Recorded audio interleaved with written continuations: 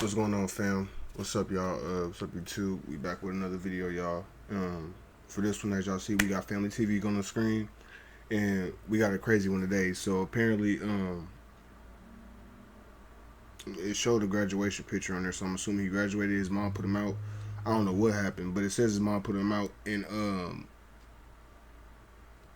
she paid a deadly price for it. If y'all not giving what saying, he killed his mom.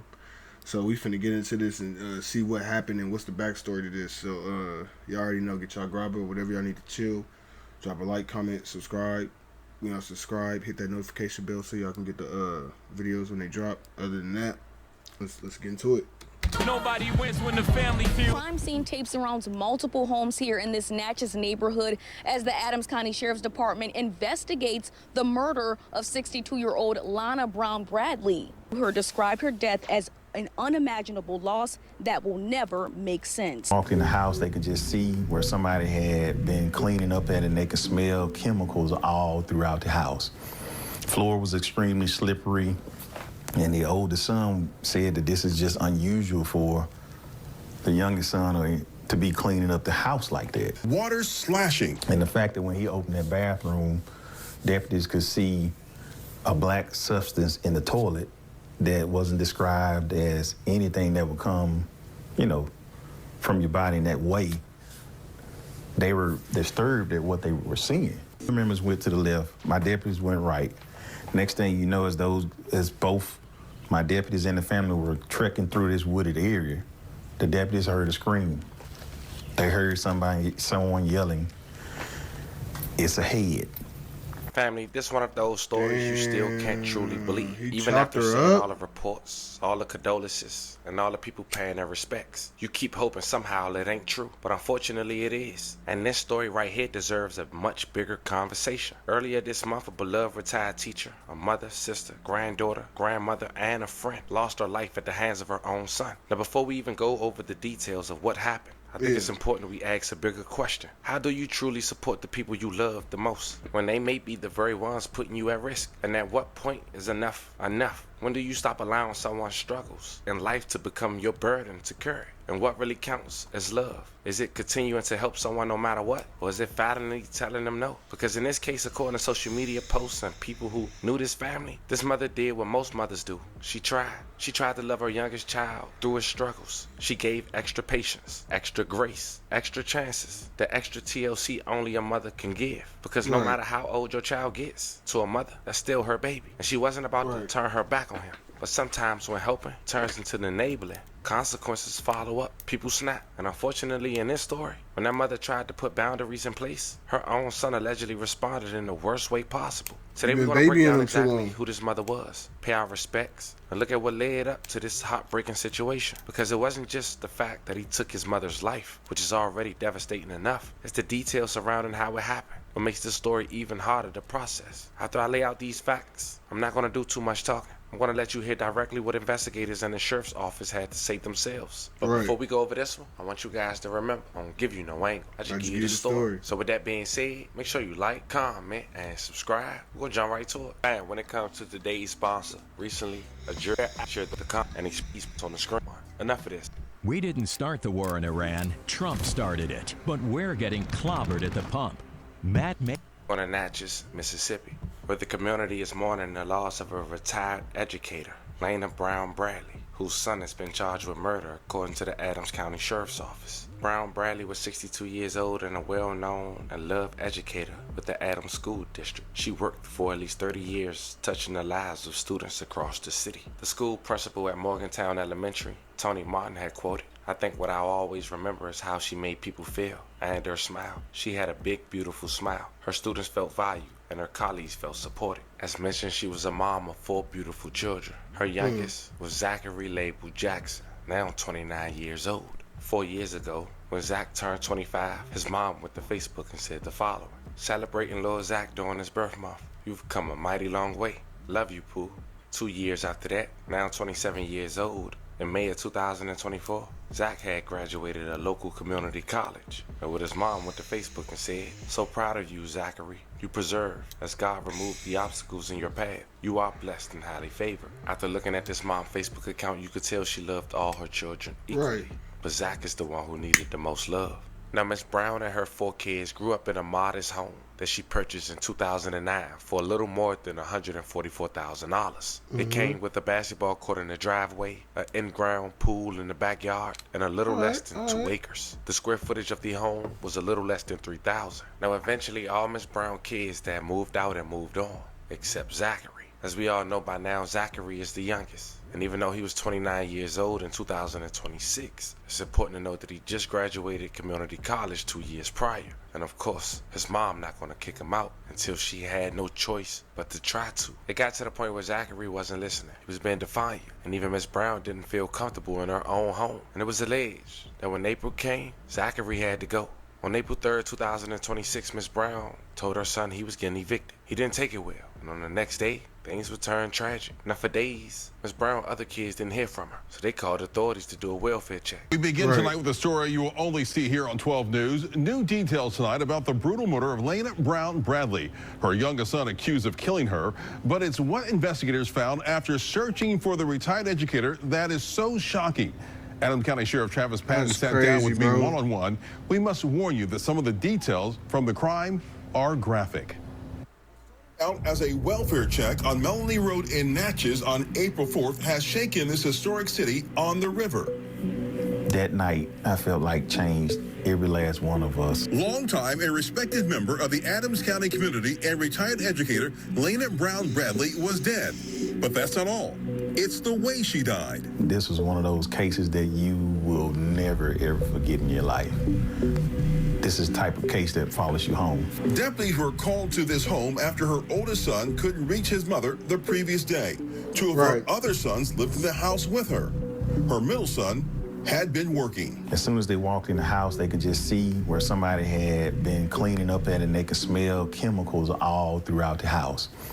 Floor was extremely slippery. Strike one. And the oldest son said that this is just unusual for the youngest son to be cleaning up the house like that. The youngest son, Zachary Jackson Jr., was found locked in a downstairs bathroom where deputies could hear water slashing. And the fact that when he opened that bathroom, deputies could see a black substance in the toilet that wasn't described as anything that would come, you know, from your body in that way. They were disturbed at what they were seeing. So the sheriff ordered a full search of the area. The property sat on about 2 acres of land and was surrounded by heavily wooded areas with a bayou and creeks. So they called don't for tell help me, from the bro. Mississippi Bureau of Investigations. Time was not on their side as storms were coming and evidence could be lost. Family members went to the left. My deputies went right. Next thing you know, as both my deputies and the family were trekking through this wooded area, the deputies heard a scream. So for those of y'all who ain't catching on, the body ain't in the house, but they can tell some stuff is a murder happened. Body ain't. Now they looking for the body. That's what they looking for the body at this point. Scream. They heard somebody through this wooded area. The deputies heard a scream. A scream. They heard someone yelling, "It's a head. It's a head." So he killed her and chopped her body up, bro. That's cold, bro. Just cause you the closest ones to you sometimes, man. And of course, everything changed at that point. It was like they were frozen in time because nobody could believe what they were hearing. They also found a suitcase, but their biggest find would be inside the house after the sheriff called in a plumber to remove the toilet. I can say what was in the toilet, and it was her flesh.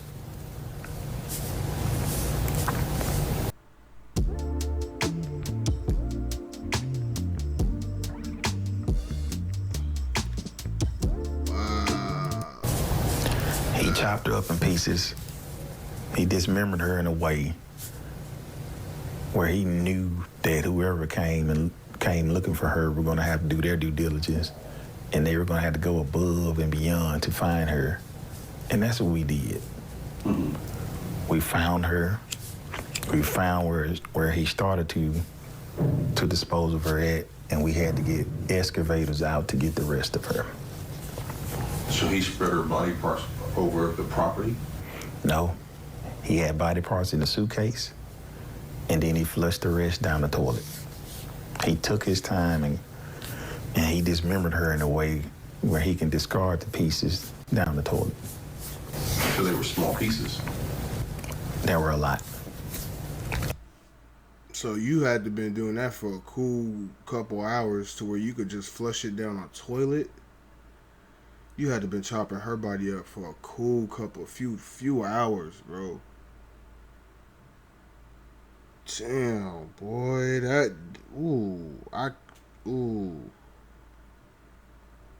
you would have to see it to believe it type thing. This is crazy, bro. Yeah, he need the death penalty like.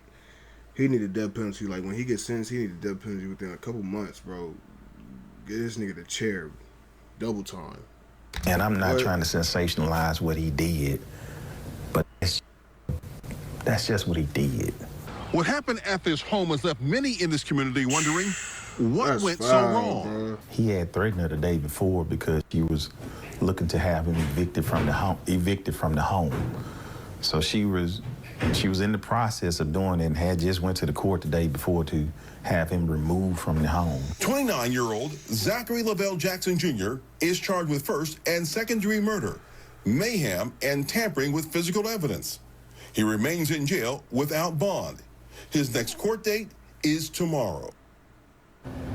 Now, Sheriff Patton wanted to emphasize to us that despite the family for many years questioning the son's mental health, a family and friends can only do so much if a grown adult does not want to seek help. Tomorrow night at 6 and 10, we look at the challenge facing the family, the possible mindset of the suspect at the time of the murder, and how the impact on this heinous crime has had on law enforcement and the community. It's a sad story, and as we wrap up, we do want to say rest in peace and love and condolences to the family. So, fam, after hearing a story like this, it brings us right back to the same questions we started with. Dude. When is enough enough? How do you love somebody without losing yourself trying to save them? And at what point does helping? I get he might have had some issues up here, but they saying that he didn't want to get help from. So at that point, it's like you can lead a horse to water, but you can't make him drink. Like, you can give the person all the answers in the book, but it's up to them to actually apply it. You know what I'm saying? Like, people don't want to. If he don't want help, you can't do nothing. Wash your hands, let it go. Like, it's just over with. But for him to for him to do what he did to his mom, cause she didn't. Nah, bro. Yeah, ain't no 50-50 house. Ain't no none of that. Nah, bro. He need to be put under the jail like within a month. He need to be, in my opinion, he get him the chair like yesterday. Cause that don't make no damn sense, bro. That's sad, bro. Rest in peace to the mom, man. But yeah, man. Y'all let me know how y'all feel about the video. Drop y'all like, comments, whatever y'all want to do. Make sure y'all subscribe though. When y'all subscribe, man, hit that notification bell so y'all get the videos when they drop. But damn. And then to think about the fact that, bro, like, he chopped her up so defined that he could flush her down the toilet. That is blowing my mind still, bro. Like, ooh, yeah, y'all be safe, man. Y'all be blessed. Stay out the way, and I'm gonna get at y'all on the next one, man. That's crazy.